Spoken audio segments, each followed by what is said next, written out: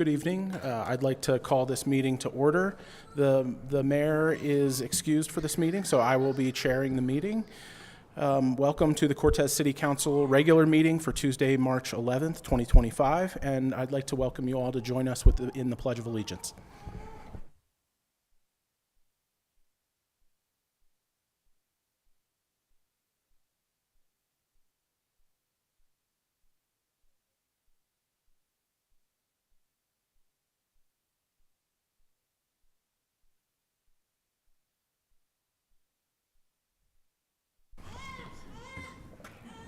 Linda, can we have the roll call? Kiefhofer. Here. DeHaven. Here. Rule. Here. Dobry. Here. Randall. Lewis. Here. Medina. And may I have a motion for the approval of the agenda? Mr. Chairman, I move that council approve the agenda for March 11th, 2025. Second. Motion by Lewis, seconded by Kiefhofer. Lewis. Aye. Kiefhofer. Aye. Randall. Aye. DeHaven. Aye. Rule. Yes. Dobry. Aye.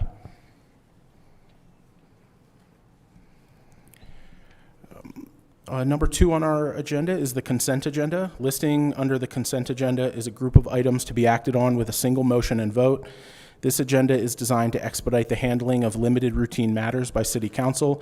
Either the public or a council member may request that an item may be removed from the consent agenda at the time prior to council's vote. A on our consent agenda, approval of the council work session special meeting and agenda minutes for February 25th, 2025. B, approval of the expenditure list for March 11th, 2025. C, approval of the renewal application for a hotel and restaurant liquor license for Shiloh Inc., DBA Shiloh Steakhouse, located at 5 South Beach Street, Cortez. D, approval of a renewal application for a hotel and restaurant liquor license for the Wigglin' Pig LLC, DBA The Wigglin' Pig, located at 76 South Beach Street, Cortez. E, approval of a renewal application for a hotel and restaurant liquor license from the Farm Bistro Cortez LLC, DBA The Farm Bistro, located at 34 West Main Street, Cortez. F, approval of a renewal application for a retail marijuana store license and retail marijuana cultivation facility license for Chronic Therapy Cortez, located at 1020 South Broadway, Cortez.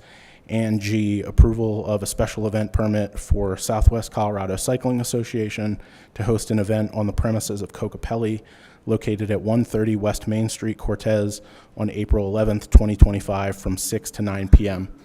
Does any of the public or council would like to have anything removed?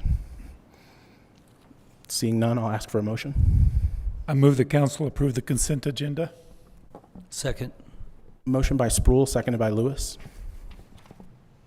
Spruill. Yes. Randall. Lewis. Aye. DeHaven. Aye. Kiefhofer. Aye. Dobry. Aye.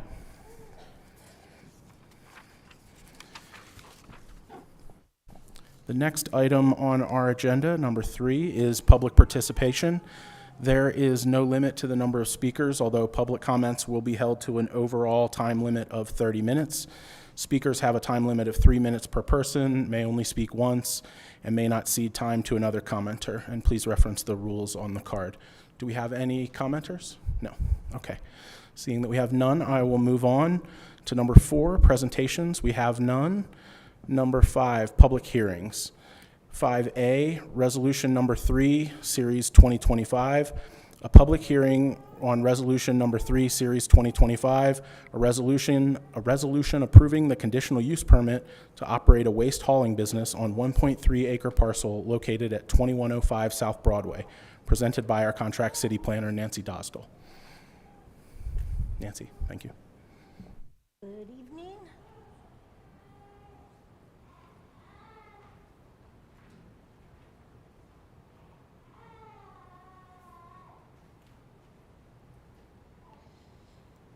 This request tonight is for a conditional use permit for a waste management business.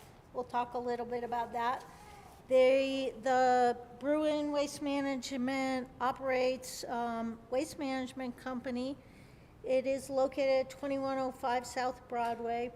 They essentially will have roll-off containers, vehicles, porta potties, which would be stored on site when they're not out in the community doing their trash pickup. The property is zoned highway commercial, and contractor storage yards, which is the closest land use that we could get to this type of use, is a conditional use in the zone. So they're required to obtain the conditional use permit. Just locate everybody, so it is on South Broadway there, kind of in the middle of a commercial area. Zoom you in a little bit more. Things of note here is that the property is served off of a frontage road, not directly off the highway, and it is that unpaved frontage road that serves a number of businesses in the area. Just some other highlights here to show you what has been there. The site was previously occupied by stone, sand, and gravel. It is a 1.3 acre site. The property is bounded on the north and south by automotive repair type businesses, on the west by vacant land that's owned by the same landowner as this property. And the east, you have to go all the way across South Broadway by White Eagle Inn and some vacant land. You may have seen that blue, that's zoned for residential uses. So with the conditional use permit, as you know, what we're looking for is the proposed use compatible with adjacent existing uses in the zoning district? Have they incorporated design features sufficient to protect adjacent uses? Or any accessory uses that are proposed with this necessary and desirable? And I'm not going to read the rest of them, but the idea is usually a conditional use is one that can have, say, more noise or be a little more objectionable in a zone. In this case, it's very, very similar to what's next door on both sides. We've got the highway, and then we have vacant land in the back. So there really aren't any uses with this one that we really need to protect from any noise or comings and goings. The applicants who's here tonight, and the landowners are here tonight too, I believe, will tell you that there really aren't any odors associated with the business. They operate it very cleanly. They don't store garbage on the site. It will go to the transfer station every day. So basically it's trucks and unused porta potties on the site. Looking at the site here as far as how it would operate, this is the, let me get you here. This is the existing building on the site. There's some existing parking in the front. They're showing in the purple colors where they would be storing equipment and vehicles. Porta potties stored, and there are some on the site now behind the behind the front of the building, and in this area here, where they'll have roll-off containers. Most of the rest of the property does not have any proposed uses right now. As far as development standards, the project does meet all of the proposed setback or the existing setbacks heights. Obviously, it's an existing building, and parking is adequate for the use. And really, given that the site has been operated in a more intense land use in the past, and we've got businesses on either side that really wouldn't disturb. We don't have many concerns with the conditional use on this property. As far as agency reviews, I've got those listed for you. There really isn't much to worry about. The sanitation district did make note that they've worked with them There will be a discharge to the sanitation districts directly on site for them to discharge the waste that they collect. The city engineer, or the Cortez city engineer, did have some comments, and we'll have a condition on how to address those coming up. The planning commission reviewed the project at their last planning commission meeting. They are recommending approval with 4 conditions. The first one is the standard that they meet all requirements of utility providers and city code. Second would be that they meet all requirements of the Cortez Sanitation District. C, that condition was removed at the planning commission level. And then, let me get you there. Include, the planning commission, I've got this wrong here. The planning commission recommended that the property comply with all code requirements regarding storage and parking for the use. They removed the requirements for landscaping and surfacing of parking areas from the recommendations. They're with the thought that it's an existing use and no change, existing property, existing building, and no changes are proposed to the existing building. And then the final condition recommended would be that the applicant comply with the submitted project narrative at all times. We have a potential motion for you with the recommendation for approval of the business. Are there any questions? Nancy, you mentioned that the applicant is here. Would they like to come and present anything?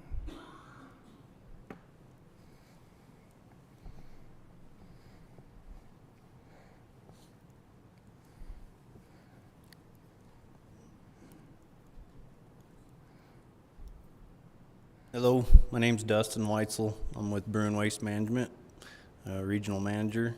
A little bit about Bruin Waste.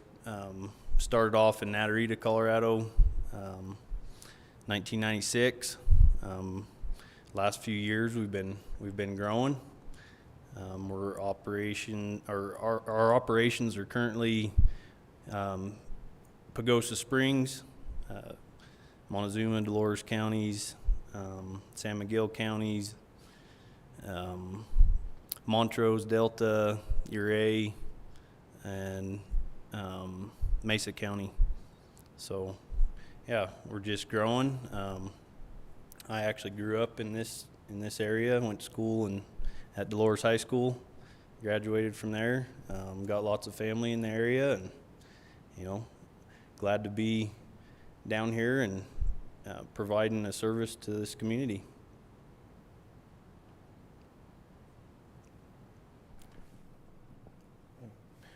It doesn't look like anyone has any questions. This is a public hearing, so I will have to open this up to the public to see if there's any public comment. If you guys could step back for just a minute. I'd like to open this hearing to the public. Is there any public comment on this item? Seeing none, I'll close the public comment and send it back to council. Mr. Chairman, I move that council approve resolution number 3, series 2025, a resolution approving a conditional use permit for a waste hauling business located at 2105 South Broadway as submitted by the applicant Bruin Waste Management LLC.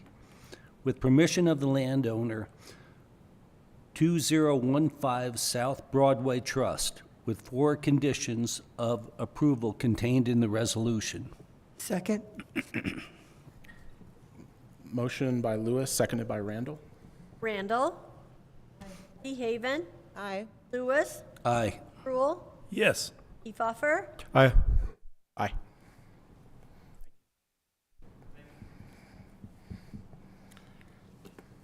All right. Our next item on our agenda is ordinance number 1331, Series 2025, the second reading and public hearing for repealing the Cortez City Land Use Code in its entirety and adopting an updated City of Cortez Land Use Code presented by Rachel Marchbanks, our Community and Economic Development Director.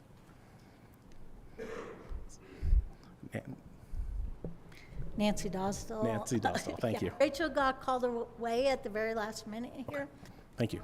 So I'm really just going to want to introduce our consultants who've been working on this for the last 2+ years. It's a pretty big day for us here. So with that, I'm just going to turn it over to Jen Gardner.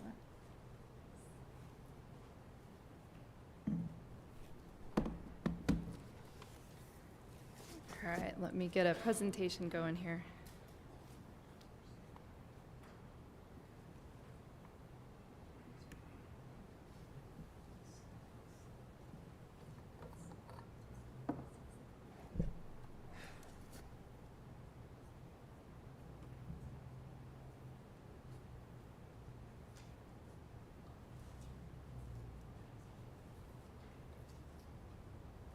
All right.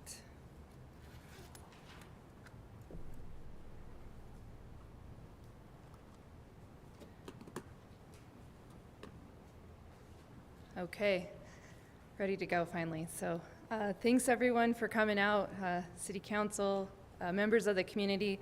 We do have a short presentation to go over the updates that we've made throughout this process. It will take me a few minutes to get through, so bear with me. We just wanted to cover all of our bases for people who haven't been a part of the process and to remind those that have.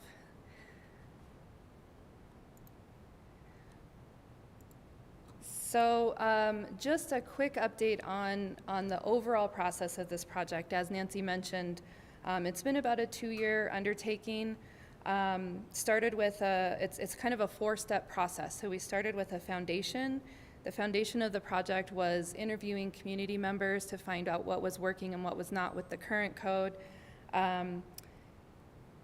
We tied this with the housing action plan that was going on at the beginning of this project, so there were some housing conversations happening in tandem with our listening sessions to better understand kind of the foundation and the groundwork that was laid for us to build from. Then we moved into phase 2, which was the assessment report, and that took all that information that we gathered from the community, from staff, from Planning Commission, from City Council to understand kind of where our priorities needed to lie within the code update. That assessment report really laid the foundation or created kind of the roadmap for moving forward through the drafting process. Next, we moved into drafting. We drafted in modules. I'll go over that here in a second.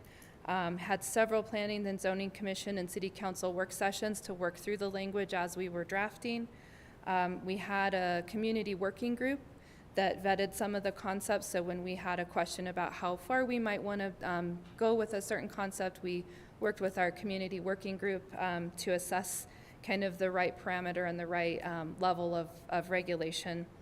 And then had several public open houses as well during that time frame. I think we ended up with 4 open houses throughout the process. That takes us to tonight for the adoption. So we presented this to Planning Commission about 2 weeks ago, February 18th. They did recommend approval, so that brings us here this evening. As I mentioned, we drafted the code in modules, so we had 3 kind of distinct modules. We addressed general provisions, zone district regulations, and use standards first. The zoning and uses, for people who are not as familiar with the code, those really establish the foundation of a code from what everything else needs to be built. Then we moved into Module 2, which was the subdivision standards, site development standards, and historic preservation standards. And then that rolled us into Module 3 with application procedures, floodplain regulations, definitions, and the appendices. All right, so a general overview of kind of where we landed in this process. The current code has 7 chapters. The updated code has 8. Most of the chapters remain the same, so chapters 1 through 6 are still titled the same. They have the same general content. Chapter 7 was the floodplain regulations. We've bumped that to 8 to put in place historic preservation standards that are currently housed in the application procedures, kind of buried in there. So we wanted to pull those out so that we could highlight them more specifically. The appendices are all application procedures and subdivision improvement agreement kind of standards, or kind of a standard template, all which have already been updated in city documents outside of the code. So those will be sitting on the website in a format that's much easier to update over time. So some of the global changes that you'll see throughout the entire document, a little bit of formatting. We've rearranged some of the language. A lot of that is for consistency and usability and readability. We've added a table of contents to the beginning of each chapter so you can open that chapter and understand what generally is within that. We've added tables and graphics throughout, again, for that usability and readability by a variety of audiences. There are some new standards that have been added throughout the document, many of them for clarification or predictability. Some of the new standards that have been added have actually expanded flexibility too. So it's always a balance of predictability and flexibility with land use codes. Some existing standards have been pulled back and some new standards have been pushed forward. So it's always kind of a push and pull on that. Now I'm going to walk through chapter by chapter generally what changed and what remains the same. For city council members, this is all included in the executive summary that you received as well. So what changed in chapter 1, the general provisions, a lot of that content remains from the existing code. We did add a new title and effective date, just really establishing the name of the land use code and that title and when it will be effective. We did quite a bit of work on the non-conforming provisions. We added some options to remedy a violation. So in the violations and section, currently they are a misdemeanor for a violation, and we've changed a lot of those to civil violations and brought in a broad spectrum of remedies for those. And vested property rights, we've just entitled those that they are now automatic with any approval. What remains from the existing chapter 1, the purpose statement remains fairly the same. The general authority and jurisdiction of this code, it only covers the city, so any land that's in the cities of Cortez jurisdiction, it does not cover the county. Relationship to other plans remains the same, and then a definition of how do you determine a nonconformity remains the same. I'm going to talk a little bit about the non-conforming provisions, the work that we did in that section. We did reorganize the language. Right now, uses, structures, signs is all kind of combined into one kind of rolling provision. So we've pulled those apart so you have very specific regulations for non-conforming structures versus uses versus signs. We developed an opt-in process to track non-conformities. Revised the definition of abandoned from 6 months to 12 months. Revised the definition of destruction. So currently, the code states in the current code that destruction is by natural causes of a certain size, and that's when you can rebuild a non-conforming structure to the non-conforming status. We've changed that to any cause. It's very hard to determine natural causes versus other causes sometimes. So we changed the partial destruction parameters to square feet rather than assessed value. Currently it talks about a certain size. I think it's 50% of the assessed value of the structure falls under the destruction parameters of what can be rebuilt. We've changed that to a square footage to be a lot more clear for everybody to understand. And we've changed the regulations to allow structures to be enlarged, so non-conforming structures can be enlarged as long as they do not exceed the dimensional standards of the zone district. Chapter 2 is definitions. The main changes to this, we added a section on standards of measurement, so how you measure building height, setbacks, some of those standard measurement metrics. We've moved all of the land use terms to Chapter 3 to be paired up with the use table. So as you read through the use table, right below that is the definitions of each use and any standards associated. We've removed any outdated terms, added new terms that were relevant to any new standards or just missing from the code. And then we've removed any standards that are embedded in the definitions. The general organization remains fairly similar, just kind of flowing from computation of time and general interpretation of terms into each of the definitions. One of the changes to definitions I just wanted to highlight was we added some clarification on building height, things that can project beyond that maximum building height. So when you're looking at chimneys, steeples, elevator shafts, some of those things are allowed to encroach into that maximum height, and we've added some clarifying language to help that in the future. For Chapter 3, this is the zone districts and use standards that I said really establish that foundation of the code. We spent quite a bit of time on this to make sure that we were really tailoring it to Cortez. We've adjusted zone district names to better reflect the intent. The zone districts themselves remain exactly the same. The boundaries remain the same. The intent remains the same. A couple of them, I'll go over here in a minute, the names just didn't seem to match what the intent of them were.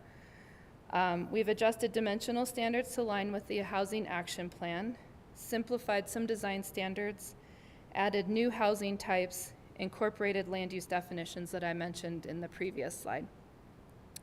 What does remain is the intent, number, and location of all the zone districts. Many of the parameters of the R1 zone district remain the same.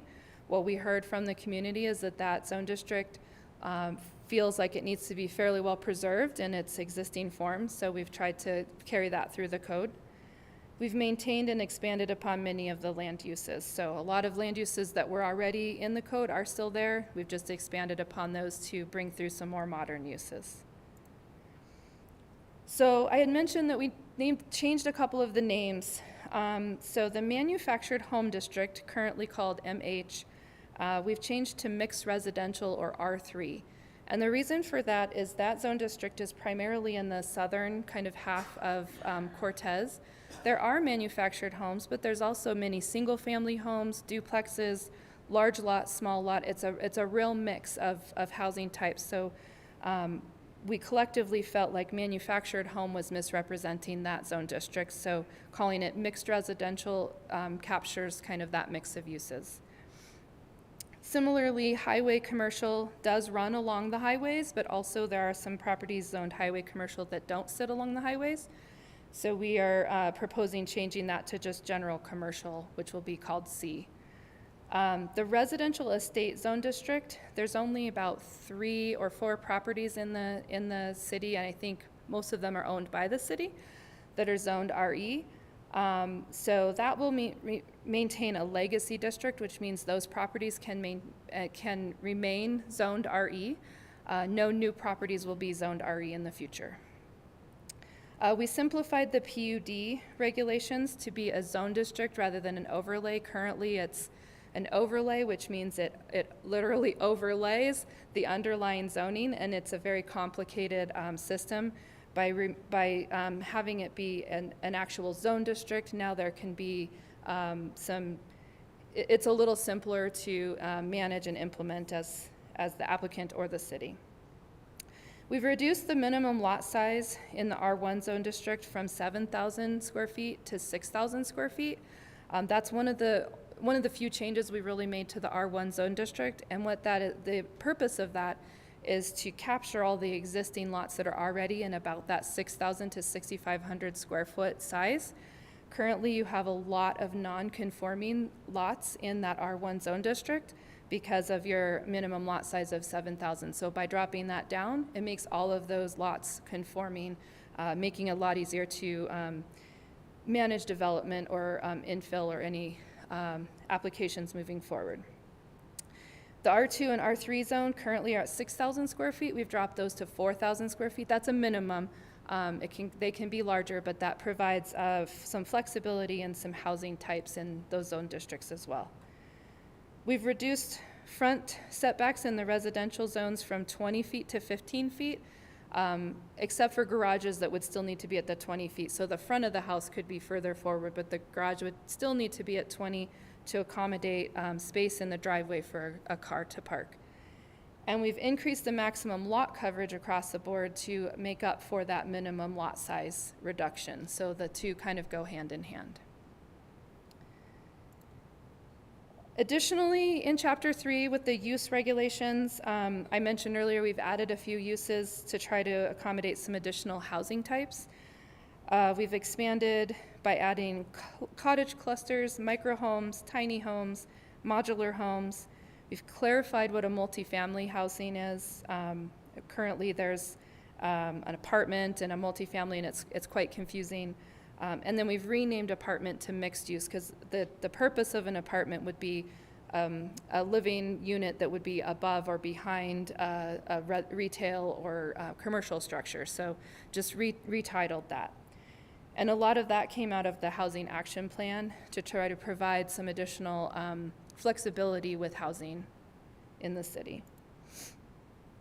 Chapter 4, subdivision standards. What changed? We added the subdivision classifications. They're currently housed, I believe, in the application procedures, so we've brought them over to the subdivision chapter, and that just specifies major versus minor subdivisions. We've updated the street standards, simplified the public land dedications, combined improvement standards, added development improvement agreement section, added improvement guarantees, revised impact fee section. And then what remains, the general scope and applicability of this chapter remains fairly similar. Easement standards with some minor clarifications. Generally the required improvements with a subdivision with some new language added. And then the land dedication amount remains at 5% per the current code. So the street standards that we updated, there's currently some private street standards embedded in the PUD section that we've pulled over here to have all of the street standards in one section. We've updated terminology and dimensions to match the master street plan of the city. We've added median design standards and an optional bike lane design standards. Chapter 5, the site development standards. What changed? This is another very large chapter. I said the zoning and uses was kind of the foundation of the code. This is a very meaty chapter. We've reduced off-street parking requirements, added some alternative and shared parking standards for flexibility with parking, increased the sidewalk width from 4 feet to 5 with some provisions for existing sidewalks to remain the same width that they are.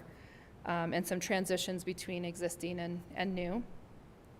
We've updated the landscape standards, added lighting standards, added natural resource standards, added electronic signs, and updated the billboard standards. What remains is the basic concept and computation of parking requirements and kind of the design parameters of parking. Majority of the fence standards, the landscape plan requirements, and the majority of the sign standards, all of those remain the same. With the landscape standards, the current code requires a 10% of the site to be landscaped. We've updated that to more specific quantities by use. So depending on if you're a commercial use or a multifamily residential use or an industrial use, they all have different needs and different requirements for landscaping. So we've tried to tailor those landscape quantities to the use rather than just a blanket 10% per site. We have specific standards for commercial, multifamily, and industrial. We've added parking lot specific landscape standards to ensure that the parking lot has some landscaping, and added a prohibited plant list, including invasive species. Lighting is one of the new sections. We had quite a few discussions with the community, planning commission, and city council saying, you have no standards now. What level of standards would you like? There's everything from just some very minimal standards to full dark sky compliance. We landed somewhere in the middle. So giving the city kind of a foundation to build from, looking at fully downward directed and shielded lights, color rating, and light level, and then prohibiting flashing and blinking lights. All of the city lights do comply with these standards, so everyone that's been involved so far felt very comfortable putting those standards in place. We did add a small section on natural resource standards to provide buffers from waterways and wetlands, and we've added some standards clarifying the difference between a federally designated wetland and an artificial wetland. The state is also just recently coming out with some legislation that kind of captures things between the federal level that are not being captured at that federal level. Some wetlands need to be regulated by the state regulations as well.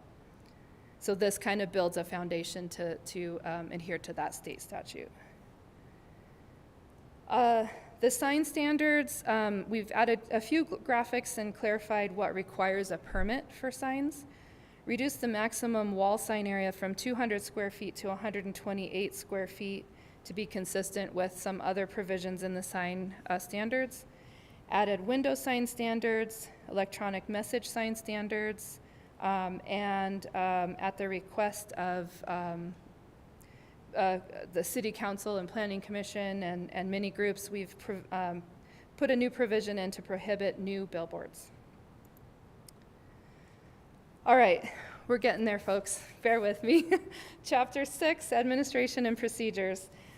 We've reorganized, this is probably the chapter that saw the most reorganization. Reorganized the whole chapter into 4 distinct sections. We've added a section on roles and responsibilities of Planning Commission, City Council, Planning Director, City Engineer to really clarify what those roles are. We've added a procedure table, combined all the public notice procedures, separated rezone and text amendments. They were combined into one procedure, but they really are 2 separate procedures. We've clarified the site plan process, updated decision-making authorities for the preliminary plats to be administrative. What remains, the overall intent of this chapter, it's to lay out all the different application types and processes. The overall list of development applications remains fairly similar with a couple of additions that were not already in the code. And most of the procedures and review or decision-making authorities remain the same. Here's just a quick snapshot of that new procedures table where we have the application type down the left side, reference section that takes you down to where the procedures are in the chapter, whether a pre-application conference is required, and then who the review and approval and appeal authority are. So it's kind of a quick guide for applicants, staff, Planning Commission, City Council to run down and say, okay, I understand kind of the flow of this particular application. I mentioned that the site plan procedures were clarified. Right now, I think there's kind of 3 steps for a site plan. We've taken that down to 2 steps. There's a minor site plan now and a major site plan. The minor site plan is approved administratively, and the major would be approved by City Council. And then here's a list of kind of what determines that minor site plan. So things that are such as a single family lot, a duplex lot, development less than a 1/4 acre, creation or addition of 3 or less multifamily units, any change that results in 25% less change to the building, parking, landscaping, or other required design elements, change to an existing property that does not result in additional traffic, noise, smell, change that does not result in more than 100 additional average daily trips of traffic on adjacent roads, change that does not result in a change in traffic pattern on adjacent road, and change to an existing mobile home park where no new uses or density is not increased. So those can all be approved administratively. Anything else would be elevated to City Council. Chapter 7, Historic Preservation. As I said before, we've pulled this section out of Chapter 6 for clarity. Added a new applicability section to state the difference between local, state, and national register designation. We've clarified the demolition procedures. And we've kept the overall intent of the regulations and much of the review criteria as it's fairly set out by the Colorado, the State Historic Preservation Office. Floodplain regulations saw very little change. They're also highly regulated by FEMA. So we've just updated any terminology that we've changed throughout the whole code where, it said maybe planning manager, we've changed that to planning director, some of those types of things. Generally, the intent of the chapter remains the same, and most of the existing language remains the same. As I mentioned before, the appendices are pretty much all outdated, so they will be removed.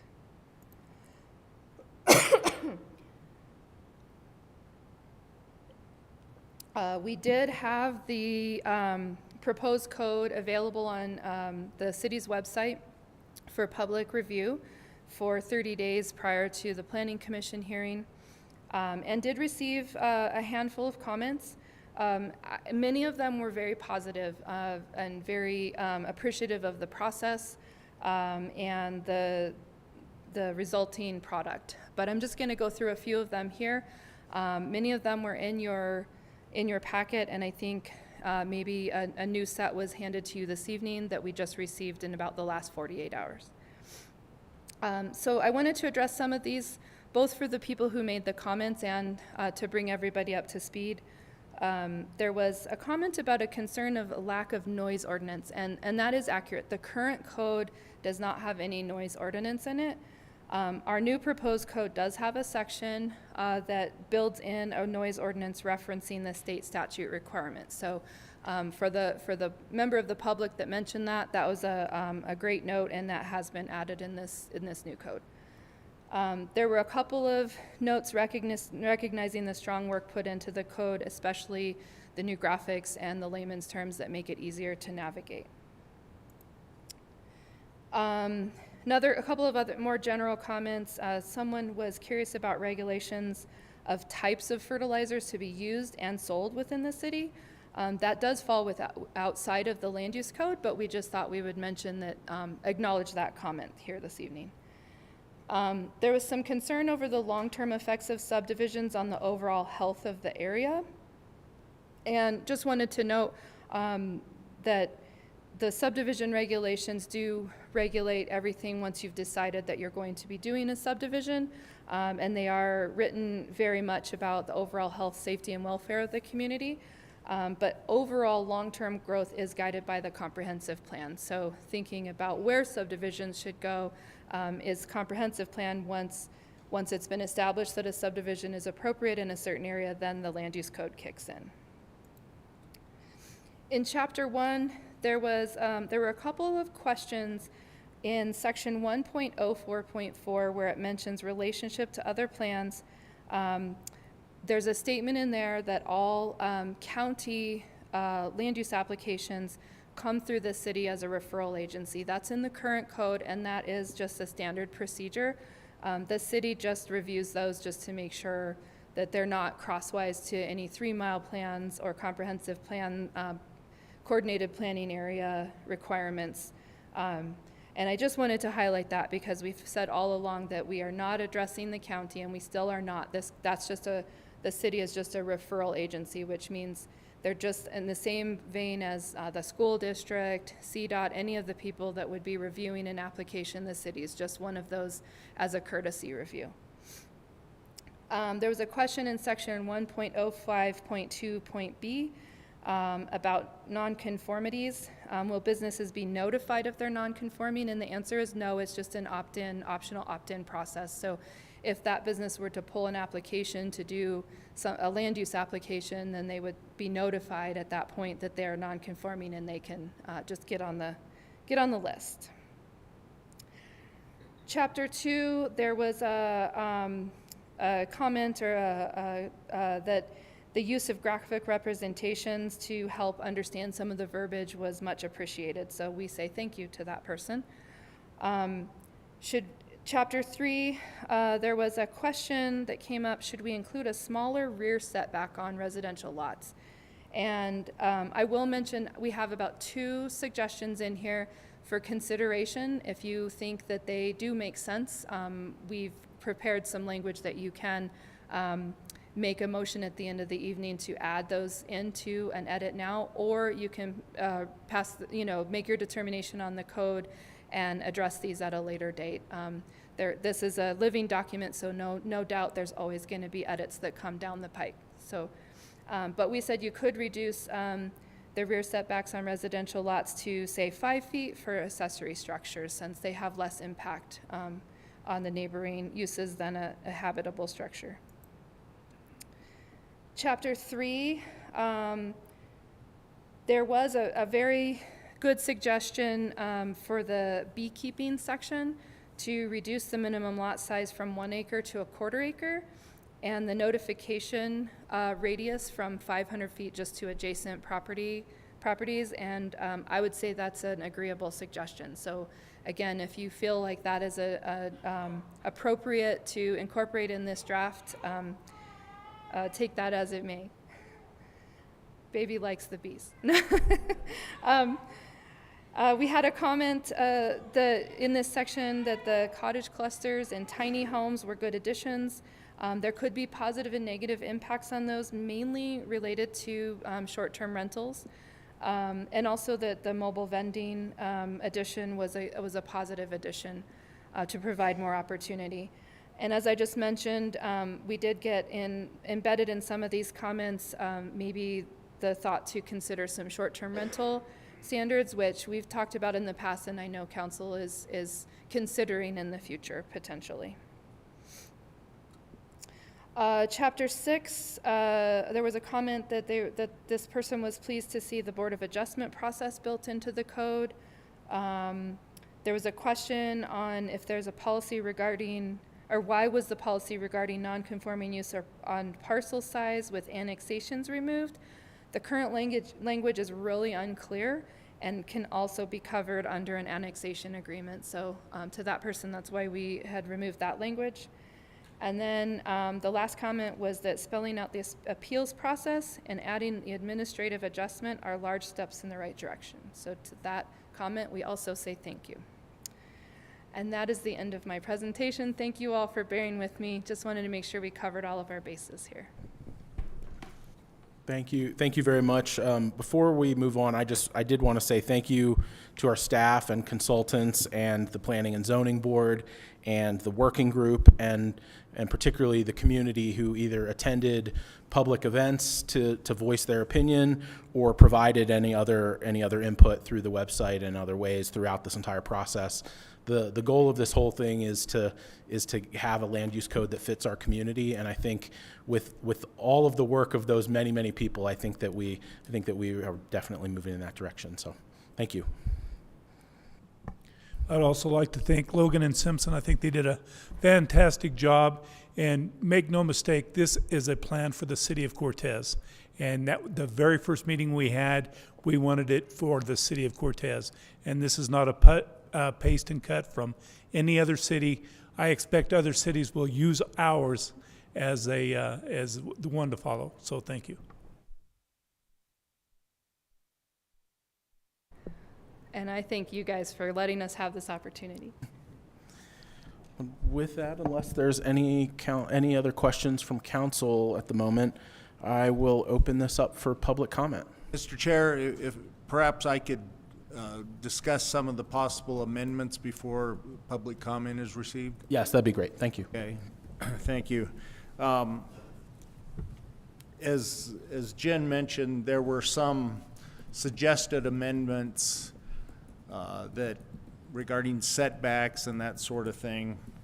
And the staff and Logan Simpson included a memo regarding some possible amendments in the packet that was posted for the public review. I have 8 suggested amendments in a memo that I provided initially to the Planning Commission, and that has been also included in the packet for the public to review as well. Staff has 6 suggested amendments, and I guess I'll go through the 8 that I'm recommending, and if Jen wants to go into more detail, that they're all, you have a list of them, but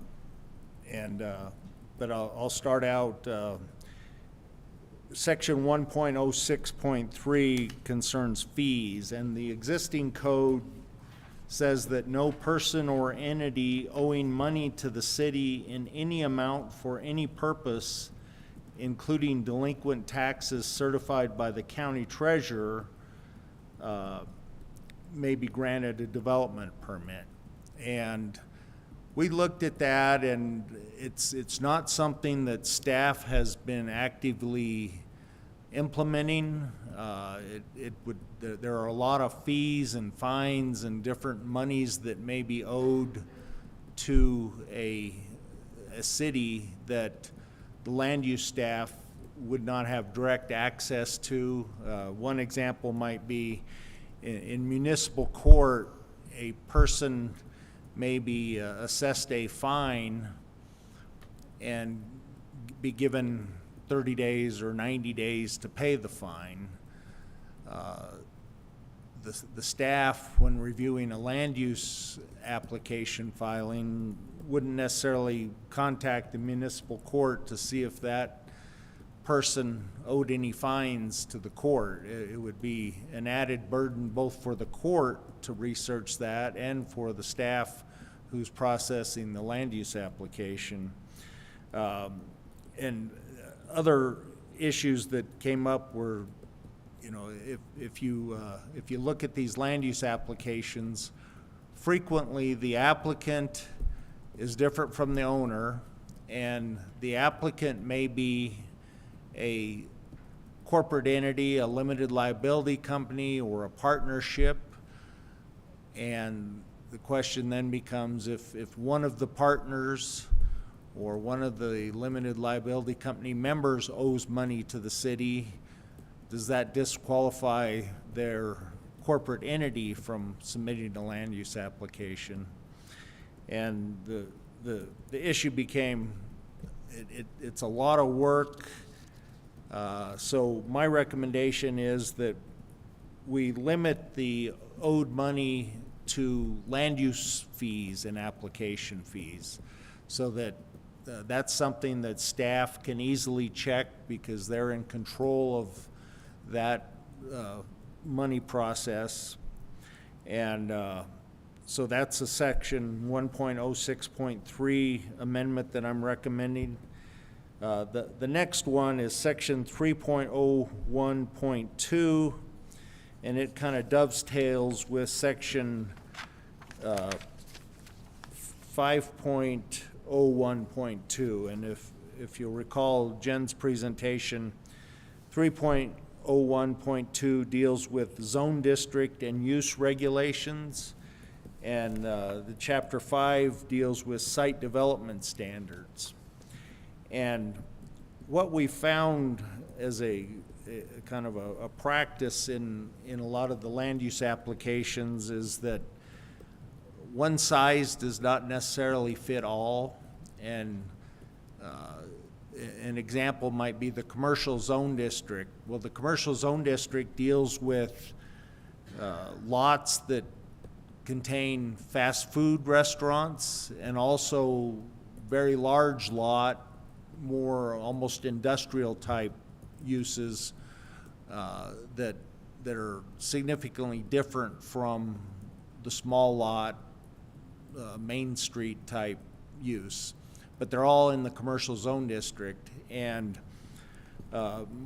my suggestion is that it's you really the Planning Commission and the council should have some flexibility in reviewing those applications to determine, is it appropriate, say, to pave one lot or landscape it, or, you know, there are different types of standards and uses that perhaps because of geography, geology, topography, or other special circumstances like the surrounding properties, and allowing the decision makers some flexibility to determine if every single standard should be applied to every lot in that zone district, I think is appropriate.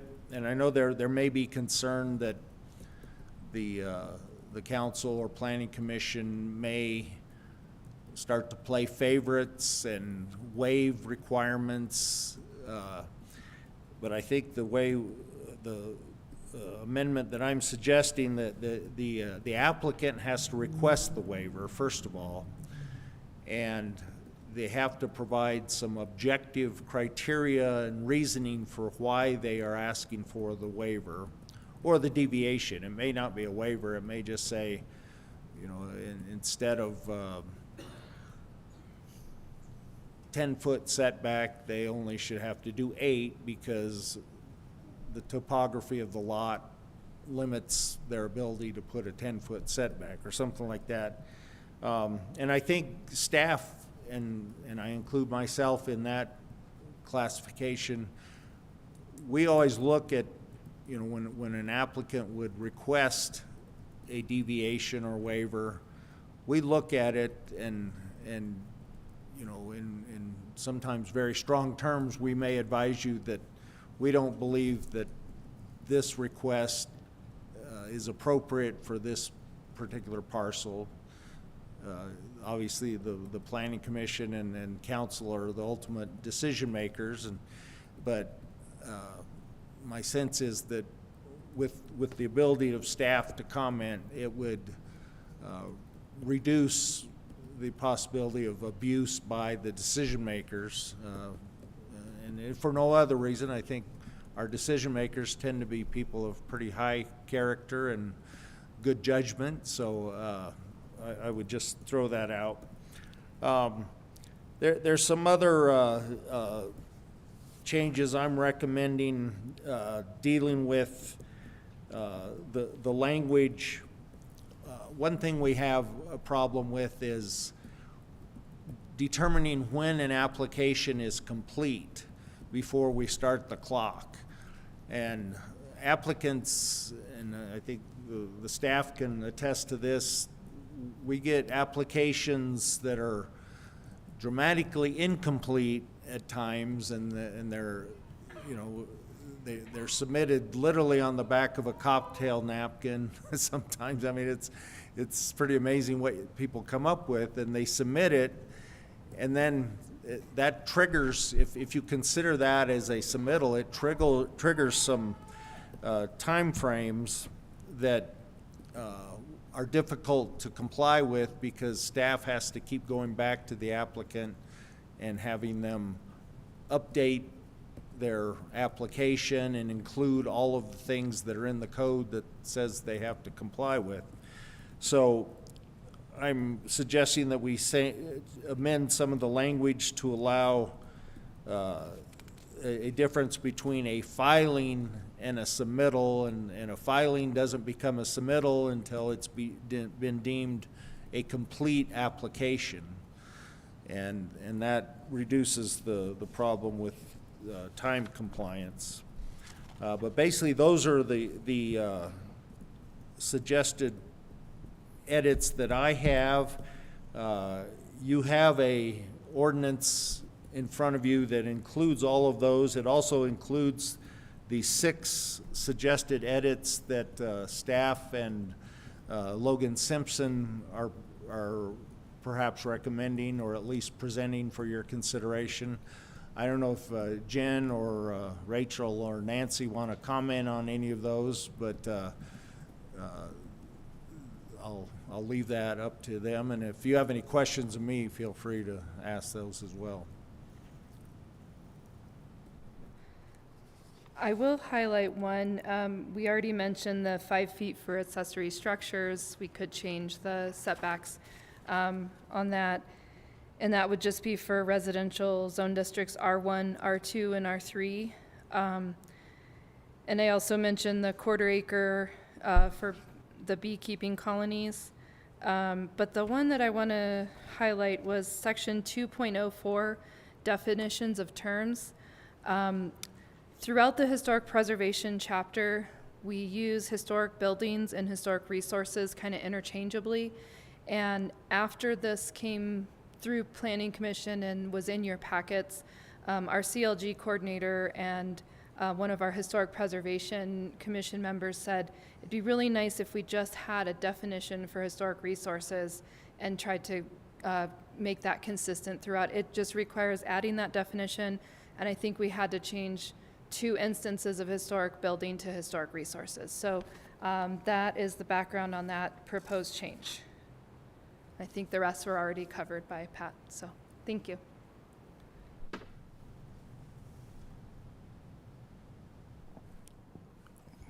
With that, I will open this for public comment. Is there any public that would like to make a comment? No? Okay, seeing none, I will close the public comment and send it back to council for any discussion.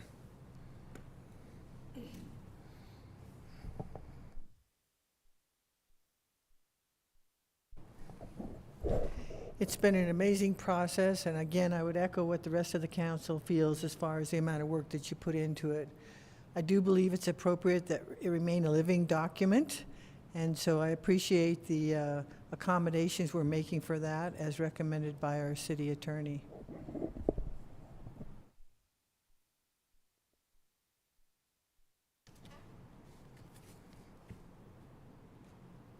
Okay, if there's no other comment, I'll ask for a motion.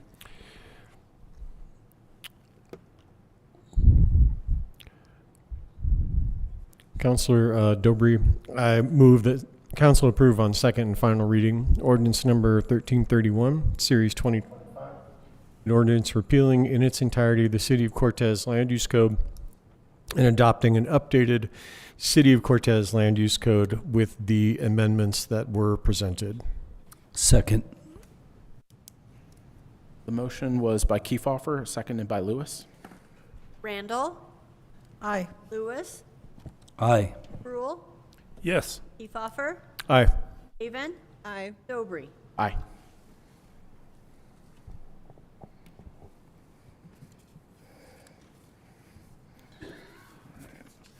Our next item on our agenda, C, is ordinance number 1333, series 2025, a second reading on public hearing 1333, series 2025, about the assignment of an airport land lease and hangar development agreement presented by Jeremy Patton, our airport director. Good evening, City Council. So as a little bit of background, this is the second reading of this ordinance and public hearing. So the airport received a request to process 50-50 split of a private hangar where Paul Berry is buying Lars Bjorkfist out of a hangar share with John Patton III. Mr. Berry will assume, again, 50% ownership of this structure. There's no change to the airport. We've already billed the land lease for the year. This is a deal between 2 private parties. The lease agreement did not previously have an ordinance, so this is knocking 2 birds out with 1 stone. We're getting that ordinance established and processing this paperwork for the sale.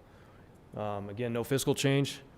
And with that, staff is recommending that council approve on second and final reading ordinance 1333, series 2025, an ordinance authorizing and approving the assignment of an airport land lease and hangar development agreement at the Cortez Municipal Airport. Barring any questions, that's all I've got.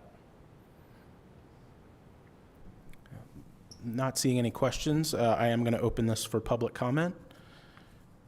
Is there any public that would like to comment on ordinance number 1333, series 2025? Seeing none, I will close public comment. Mr. Chair. Go ahead. Gonna move. Do you have a comment you want? No, go ahead.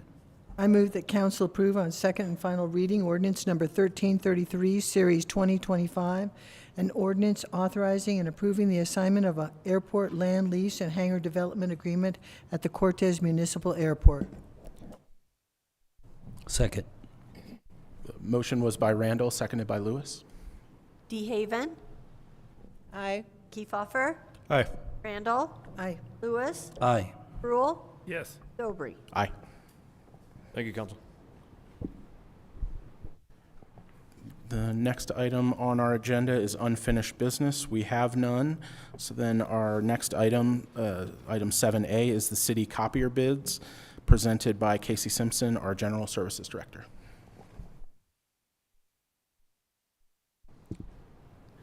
Hey, yes. Good evening, Council. I'm here again on this evening to propose a 5-year lease structure for the remaining city copiers that are leased.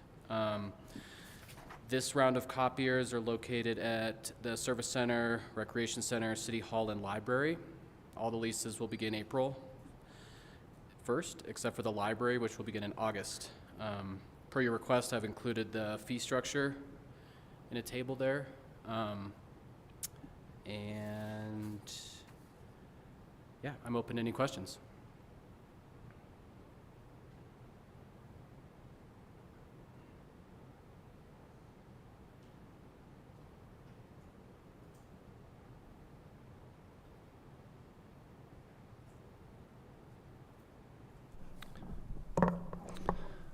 Mr. Chairman, I move that council accept the bid for ImageNet Consulting LLC and authorize the city manager to negotiate and sign copier leases with ImageNet Consulting LLC at its monthly lease rate of $171.25 per month for the Service Center, Recreation Center, City Hall, and Library copiers. Second.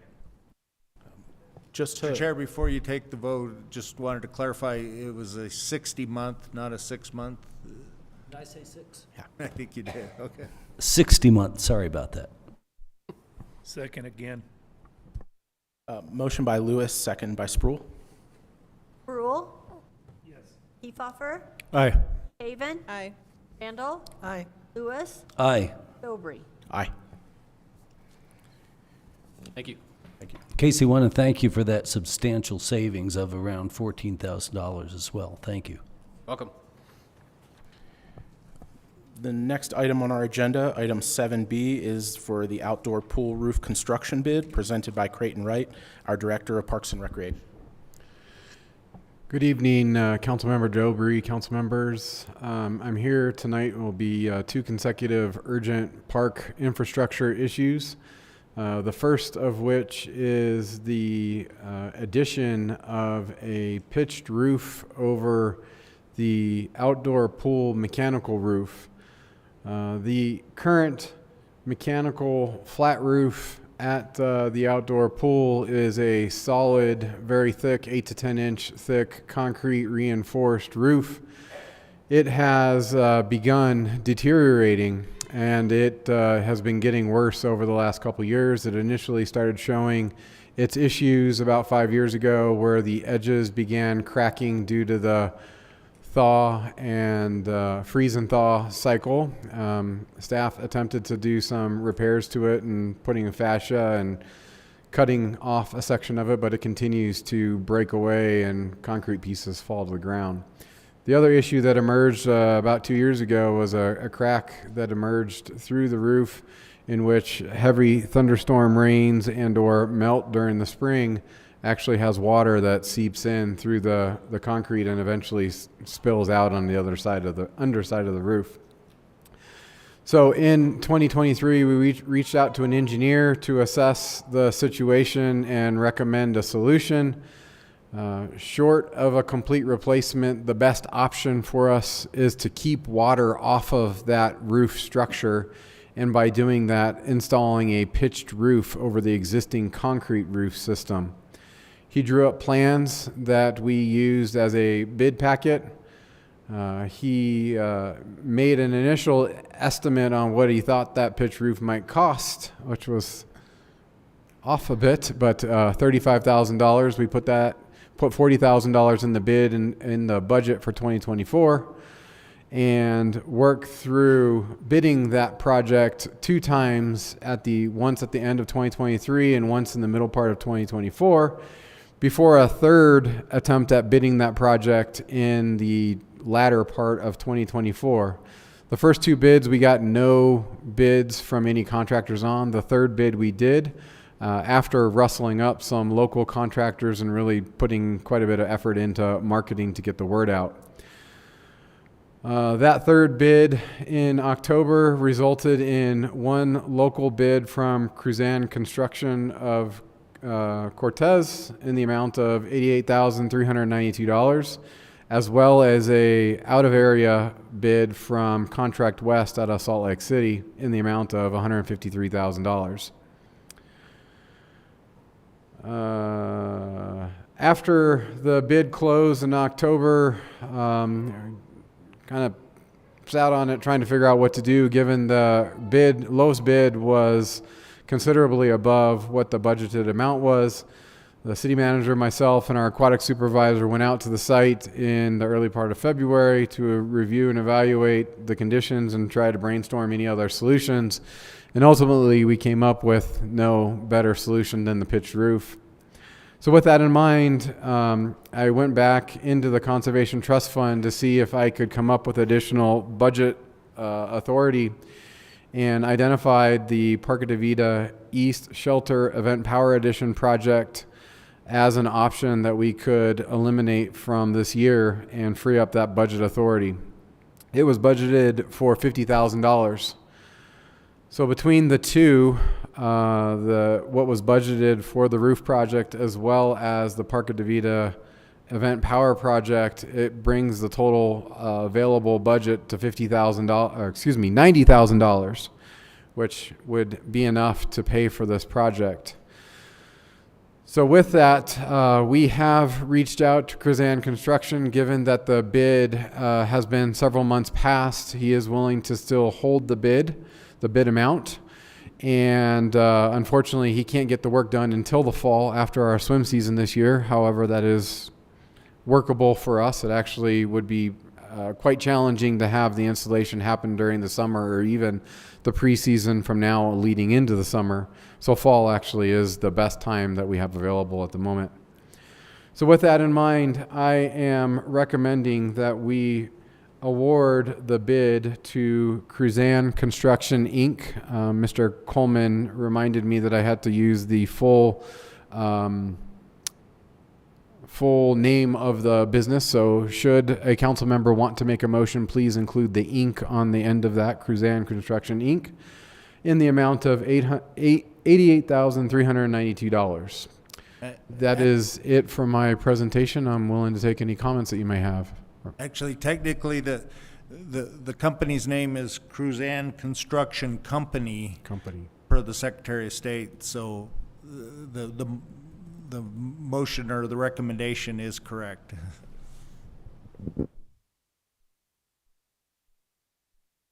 I'm open to any questions council may have.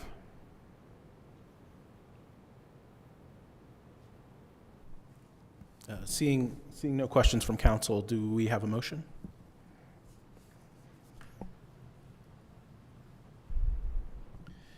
I move the council accept the bid for the outdoor pool roof construction from Cruzan Construction Company, Inc. or no Inc., for $88,392,000, and authorize the city manager to negotiate and sign a contract for those services. So is it Cruzan Construction Company? Cruzan Construction Company. I'll second. Motion by Sproul, seconded by Kefauver. DeHaven, Aye. Randall, Sproul, Yes. Kefauver, Aye. Lewis, Aye. Dobry. Aye.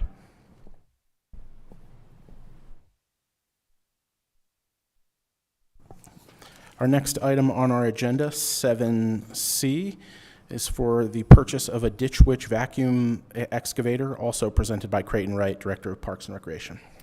Thank you, Councilmember Dobry. So this item, I'm going to walk you through a bit of a story to get us to ultimately the award of this Ditch Witch piece of equipment.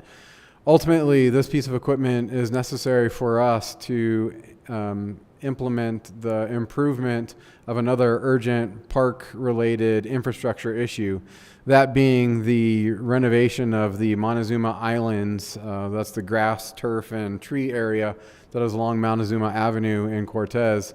The irrigation system that feeds those islands, waters the grass and the trees there, is poorly designed, substandard of design. It does not provide enough flow to those irrigation heads. And in addition to that, most of the components that are within that system are exceptionally old, more than 20 years old. Some of the valves are even some old brass valves that we can't even find parts for any longer. So with that, and our warmer and drier springs and summers, and limited irrigation flow going to those heads, the turf in that area, especially noticeable in the last 2 years, is lacking aesthetics. We need to improve it. So this project ultimately is a 3-year project to improve the Montezuma Island's irrigation systems. Our parks maintenance staff last year, when we conceptualized this, took the 11 islands that are on Montezuma Avenue and broke them into thirds. Oh, forgive me a second. My computer's trying to shut down on me. Broke the project into thirds. That would be that we would update 1/3 of those islands each year for the next 3 years. It would include improving, replacing all the sprinkler heads, all the valves, and adding 2 new irrigation services. That includes a tap, a meter, and a backflow so that we can increase the flow ultimately to those islands. The cost estimate to complete this work was $50,000 per year, or $150,000 in total for the 3 years. The most cost-effective way, and what a contractor would do if we reach out to them, would be to go in and replace all of the main line, the valves, the underground piping. However, with the trees that are in Montezuma Island, that would cause significant damage to them. So our staff did a little bit of homework and came up with an alternative solution that leaves the main line and the lateral lines intact, in place, underground, and instead would remove the heads and the valves, and then add the extra 2 taps, as I mentioned. In order to do that very efficiently, we need an extra piece of equipment. This is that trailer-mounted excavator by Ditch Witch that you mentioned in the title. This is effectively a very small version of the very large Vector truck that the Public Works Department currently has. This piece of equipment allows us to very precisely, efficiently, and directly dig up the heads and the valves, not impacting the other irrigation components. This piece of equipment is essential for this renovation project, but it's also helpful in daily irrigation work for us. So when we have a mainline break, lateral break, need to replace a valve out in our parks in general, this piece of equipment would be hugely helpful in doing that. It basically takes a mechanized process in digging up this area, that area where the break is, from either hand digging it by person with a shovel, or by taking out a backhoe or excavator, which tends to be kind of crude, and it digs up a big area where we really just need to focus in on just a little small area where a valve or a head might be. So with that, our staff has come up with a fairly creative option, which ultimately leads to us purchasing this piece of equipment that we'll use for years to come. It will, as I mentioned, not only help our daily irrigation work, but it will also, actually, let me get to that in a second. So let me go through the budget is included in the staff report for you to review. It includes the potholer excavator machine for $39,591. The additional taps, meters, backflow is $6,500. The materials and supplies, that would be the valves and the heads, was approximately $18,000 over the 3 years. So for this first year, that's approximately $6,000, leading to a total project cost of $52,091. So material, supplies, and equipment is just part of the project. The other part of it is staffing. With us doing that in-house, we're going to be doing that with city forces. Last year, you may recall, we had some pretty significant irrigation issues, specifically Denny Lake, as well as the turf out in front of First National Bank. Each of those two locations, we had mainline breaks as we turned on the irrigation. It took us about 6 weeks before we got that stuff repaired. And so with that, we're shifting more of our staff resources this year into irrigation. Specifically, we're going to shift 2 general purpose park workers in to help the irrigation team. Last year, that irrigation team included 1 full-time irrigation specialist and 1 irrigation assistant, which was a long-term seasonal. We basically bring him on in March, and we cut that gentleman off in November. So we expect the staff cost to do the Montezuma Islands project to be approximately $10,000 to $15,000 per year for the next 3 years. That is not included in that $52,000 budget that I mentioned. So as far as timing goes, when we accepted the bid from Ditch Witch, there was an actual machine sitting in Albuquerque just waiting for us to send them a PO so it could be shipped up here within about a week's time. So our plan was to start on this work in the next couple of weeks, trying to beat out the irrigation turn on process about the middle part of April. Get a little bit of preliminary work done, get startup done, and then we'll get back to it after we get startup underway. We also have contemplated, since we're doing this work in-house, we have the machine, ideally after council approval.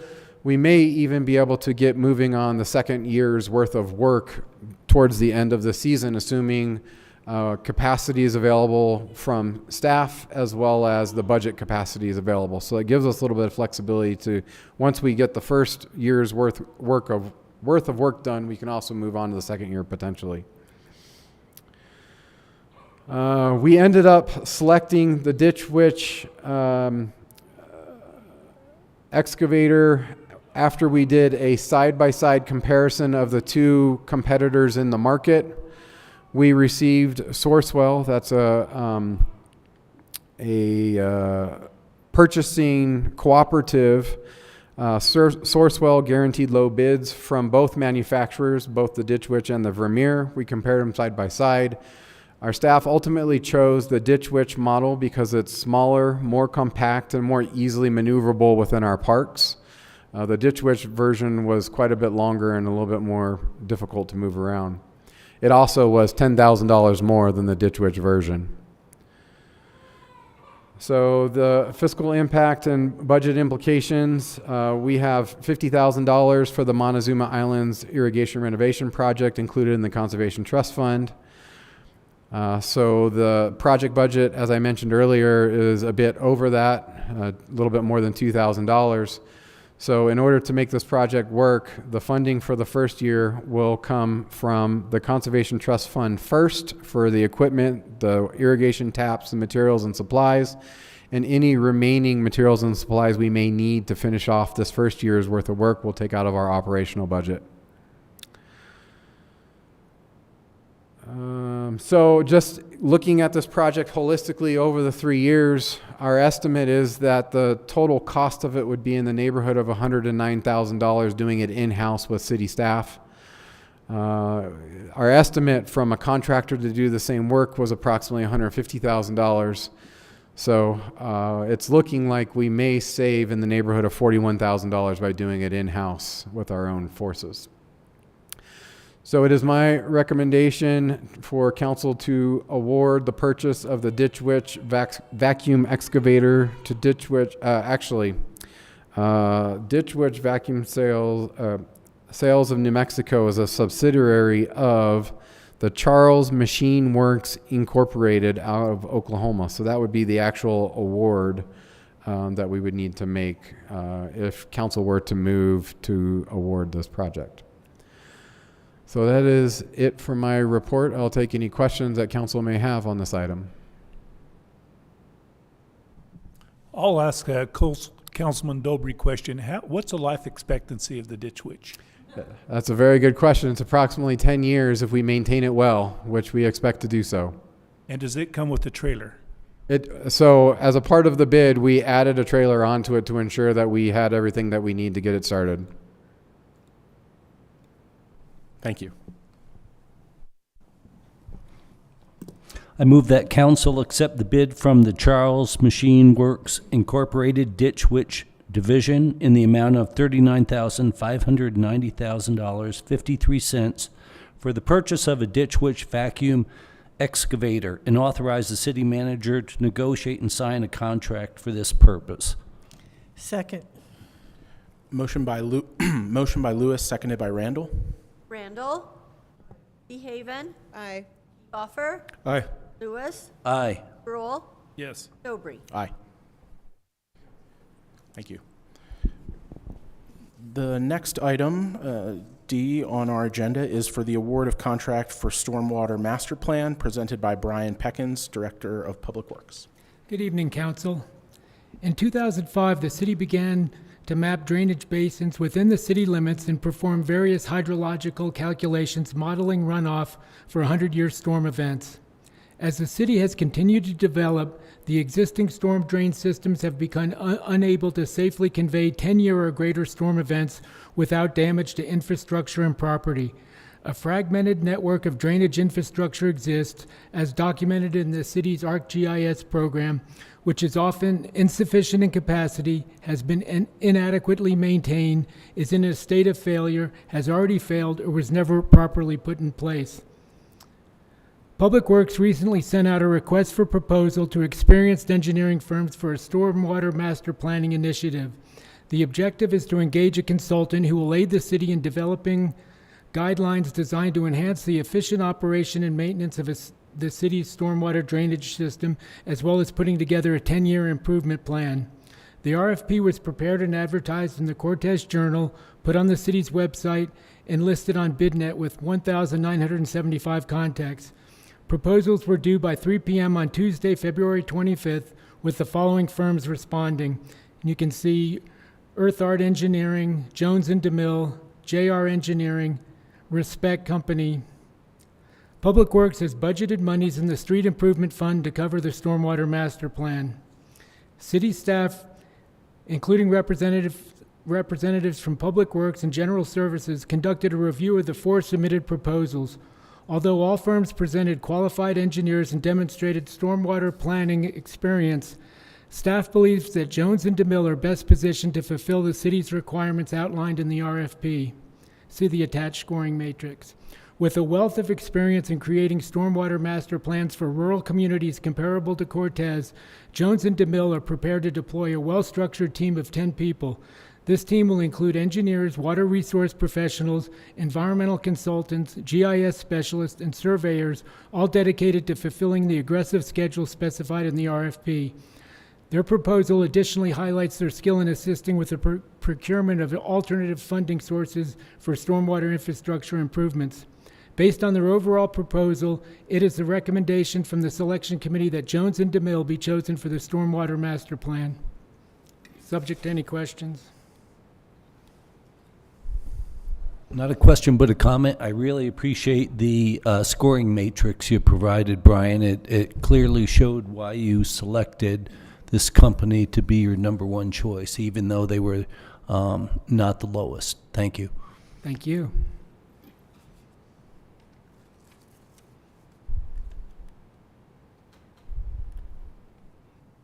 If there aren't any other questions, may I have a motion? I move the council award the contract for the Stormwater Master Plan to Jones & DeMille Engineering Incorporated and authorize the city manager to negotiate and sign a contract on behalf of the city for this purpose. Second. Motion by Spruill, seconded by Lewis. Haven. Aye. Lewis. Aye. Randall. Aye. Spruill. Yes. Kiefhoffer. Aye. Dobry. Aye. Thank you. The next item on our agenda is ordinance number 1334, Series 2025, the first reading of an ordinance presented by Andy Brock, our interim chief of police. Thank you, Council.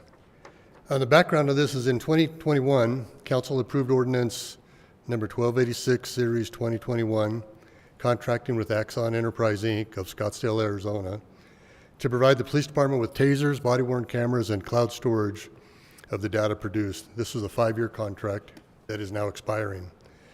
We're asking that you again sign a 5-year contract with Axon for continuation of the services they provide to include continued support and upgrades as new technology emerges over the next 5 years. This is an increase in cost as new services and equipment are being requested.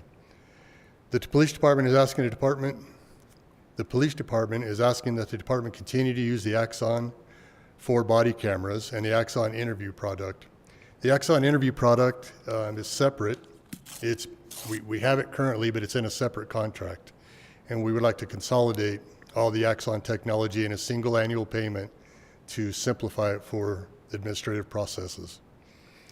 The department is asking to upgrade the current Taser 7s to Taser 10s. This is a significant improvement and advancement in de-escalating potentially dangerous situations and absolutely enhances officer safety. The Taser 7s offer 2 shots, basically one for long distance and one for short.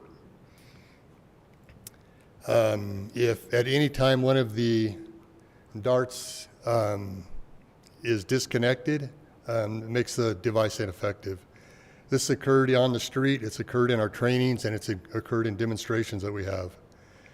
The Taser 10 allows for up to 10 deployments and nearly doubles the effective range. More distance provides more safety for both the suspect and for the officer. The police department is asking to add the Axon Draft 1 on the contract. Draft 1 is an advanced AI technology that works hand in hand with the Axon body camera. Report writing is the most consuming task for officers, up to 40% of an officer's shift. As reported from Fort Collins Police Department, and similar results reported from other departments. Fort Collins also reported that Draft 1 reduced the report writing time with higher quality reports by 66%.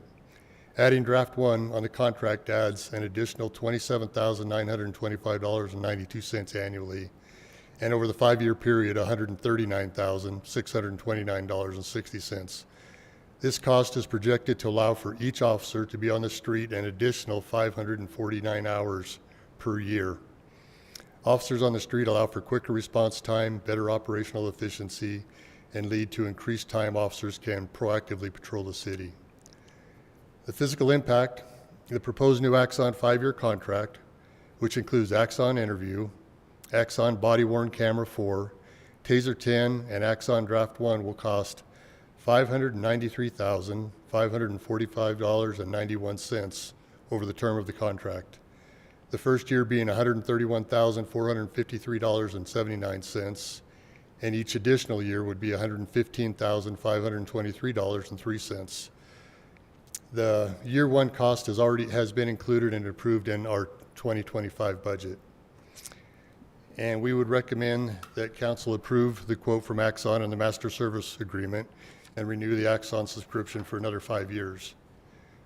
Are there any questions? Is there any value in the old tasers? We end up sending them back just like we do with the old cameras. Do we get credit for any of that? We do get some credit.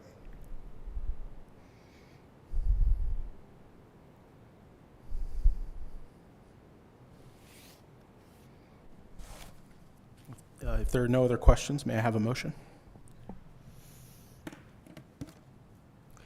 Chairman Dobry, I'd like to make a motion that council approve on first reading ordinance number 1334, series 2025, an ordinance accepting and approving the quote from Axon Enterprises, Inc., dated December 4th, 2024, and approving the master services agreement and related documents linked to the quote, which extend and upgrade the Axon subscriptions for an additional 5 years, and set the ordinance for second reading and a public hearing on March 25th. Second. Motion by Kefauver, seconded by Sproul. Sproul, Yes. Lewis, Aye. Haven, Aye. Randall, Aye. Offer, Aye. Dobry. Aye. Thank you. The next item on our agenda is the possible cancellation of the June 24th, 2025 council meeting, presented by Drew Sanders, our city manager.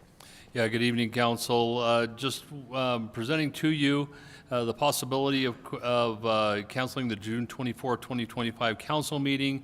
For the purpose of that would be for several council members, including our mayor, to attend the Colorado Municipal League Conference that is scheduled for June 24th through 27 in Breckenridge.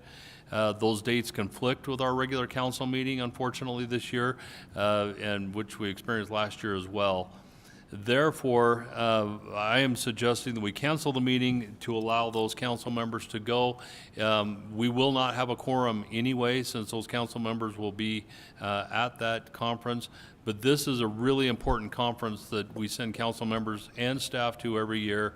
There is a ton of relevant training that we need you as council to get, as well as our staffers. So I'm urging you to support the cancellation of that meeting.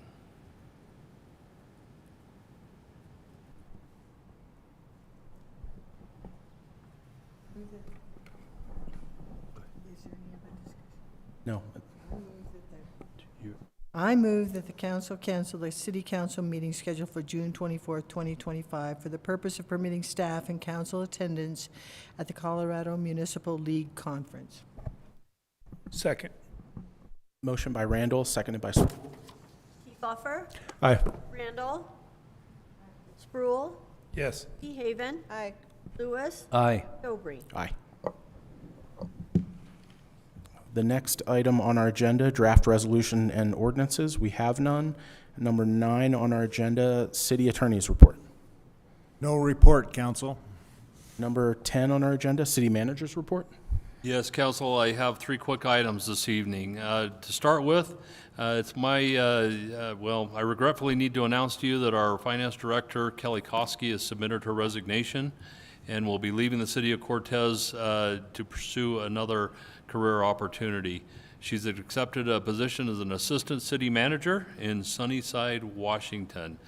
So just to recognize Kelly, she helped guide the city of Cortez through some of the most turbulent financial affairs that has ever been in our history, and helped us bring our city back into secure financial footing. Kelly, on a personal note, will be sincerely missed, and we will miss her having her on the team. However, we have already got a recruiter in play as of Monday and starting that process to replace her. Secondly, the city of Cortez lost a dear friend and esteemed community member, Orly Lucero. Orly passed away on Friday, March 7th, 2025. Orly served as a Cortez City Council member from 2002 to 2008, and again from 2014 to 2022, serving as mayor from April 2004 to April 2010. He also served as the on the city planning and zoning board from 2010 to 14, the Board of Adjustments and Appeals since 2022, and on many other boards throughout our community, including the Cortez Fire Protection District, the RE1 School Board, the Housing Authority, just to name a few. Orly worked hard for our community, and he knew everyone by name and was loved and admired by all. Funeral services for Orly will be held at 10 a.m. Friday, March 21st, 2025, at the Cortez Recreation Center Gym. The interment will follow in Bayfield, Colorado. Lastly, if you have not noticed already, CDOT has now posted their new 25-mile-an-hour speed signs on Highway 491 as it turns into Main Street from Broadway, especially around the middle school. And our law enforcement is out there watching and taking appropriate action, but we are also urging everyone to please slow down and contribute to a safer Cortez. That concludes my report this evening. Great. Thank you very much. Next on our agenda is Cortez City Council committee reports, starting with the chair's report on the workshop. This evening, we had an elected official training presented by Sam Light, the Deputy Executive Director and General Counsel for CIRSA. He also in attendance was most of our Planning and Zoning Board and some other members of our other boards. He presented on basically how we can follow the appropriate both law and both the appropriate laws and kind of community standards to make sure that we're upholding the appropriate levels of our offices, both for the elected members and for the appointed members of our boards. So thank you very much for that. And then we also heard from Councilman Kefauver, who thanked the planners of the Cortez City Staff Party, and Councilor Randall, who checked in about the natural medicine regulation, and we will have a future workshop to work on that. And I'll start from the right to the left. Councilor Randall. So the Cortez Historic Preservation Board met on March 5th. I was not present, but of note is the fact that on March 3rd, we received a letter from the State Historic Preservation Office that notified us we received a grant to document and publicize the Cortez Civilian Conservation Corps camp that was here. Unfortunately, the ability for them to award the grants has been delayed due to the situation, and we will keep in touch with them. No. Mr. Chairman, on March 6th, the Parks, Recreation, Forestry Advisory Board met. We reviewed and approved the minutes from January 2025 and February 2025. We had one person from the public come and ask some clarifying questions. We had a rec user group subcommittee report. We talked a little bit about the Parks and Recreation Master Plan. On January 31st, the new members toured project areas, so we had a quick discussion about some of the things that they saw. And then we talked about the committee handbooks, so for each one of the advisory boards, just what some of the changes are and kind of how that's been adopted and applied for all the different advisory boards. And we had a very brief discussion to be continued regarding strategic planning with PARFAB.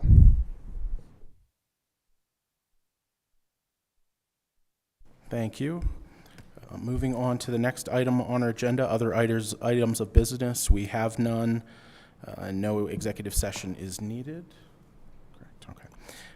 And then number 13 on our agenda is public participation.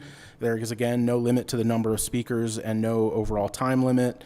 The speakers have a time limit of 3 minutes per person, may only speak once, and may not cede time to any other commenters. Do we have any public comment? No? Thank you very much. The next item on our agenda is adjournment. May I ask for a motion to adjourn? Mr. Chairman, I move to adjourn. Second. Motion by Lewis, seconded by Kefauver. Lewis. Aye. Kefauver. Aye. Randall. Aye. Rule. Yes. Haven. Aye. Dobry. Yes.